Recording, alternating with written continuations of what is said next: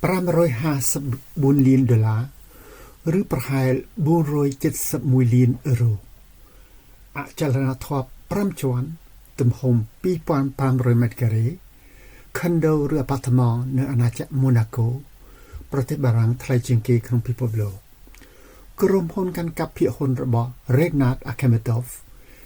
ដែលជាបរិយាមានបំផុតរបស់ពិភពលោកបានប្រកាសវិនិយោគនៅឆ្នាំ2024លើអចលនទ្រព្យ5ជាន់ទំហំ 2,500 ម៉ែត្រការ៉េនៅអាណាចក្រម៉ូណាកូប្រទេសបារាំងដែលត្រូវបានគេរាយការណ៍ថាជាអាផាត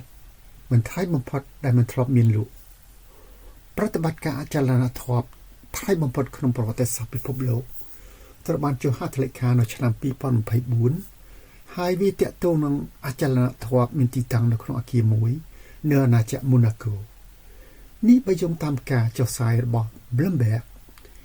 ជាភាគីព័ត៌មាននេះបានផ្អែកលើរបាយការណ៍របស់ខ្លួនលើឯកសារដែលចងក្រងដោយអង្គការមិនមែនរដ្ឋាភិបាលឯកសារទាំងនេះបង្ហាញថាអាផាតមិនដល់ពិសេសទំហំ 2,000 ម៉ែត្រការ៉េនេះត្រូវបានគេទិញក្នុងតម្លៃ$554 លានឬប្រហែល471លានអឺរ៉ូម្ចាស់អាផាតនេះដែលមានបន្ទប់គេងជាង21និងលោក Regnat Akhmetov